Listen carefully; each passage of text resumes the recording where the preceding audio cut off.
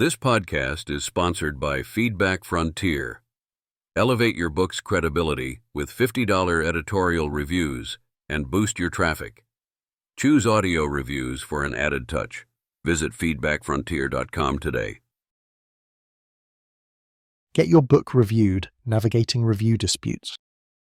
Explore strategies for handling book review disputes with professionalism and learn how to foster constructive dialogue between authors and reviewers.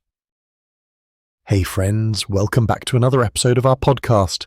Today we're chatting about something that every author will likely face at some point: review disputes. It's one of those tricky situations where emotions can run high, but it's also an opportunity for growth if handled well.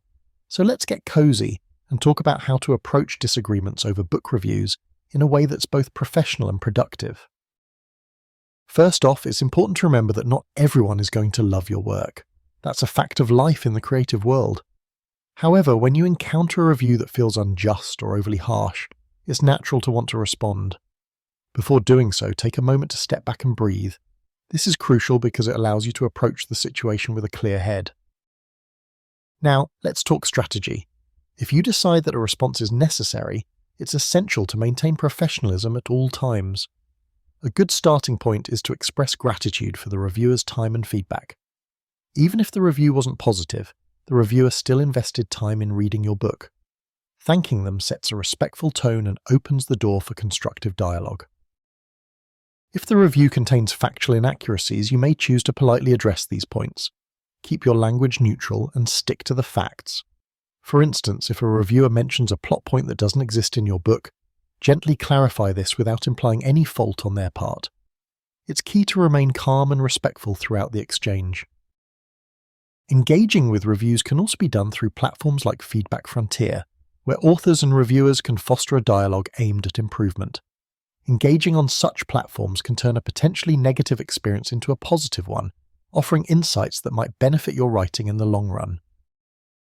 In situations where a review feels like a personal attack rather than constructive criticism, it may be best to let it go.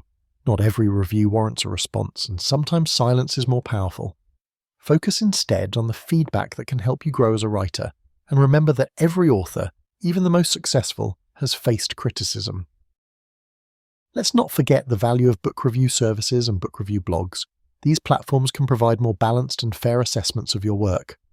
Sites like these often have guidelines for reviewers to ensure that feedback is constructive, which can be incredibly beneficial for authors. Lastly, never underestimate the power of a supportive community. Engage with fellow authors, join book clubs, and participate in book review submission groups. Sharing experiences and strategies with others in the same boat can be both comforting and enlightening. To wrap up, addressing review disputes is all about maintaining your cool, staying professional, and seeing critique as a chance to grow. And if you're looking to get book reviewed or want to explore free book reviews, consider the resources available at Feedback Frontier. Get your book reviewed today and open the door to constructive feedback that can enhance your writing journey. Thanks for tuning in, and I hope you found this discussion helpful. Until next time, keep writing and keep growing. Get your book reviewed, navigating review disputes.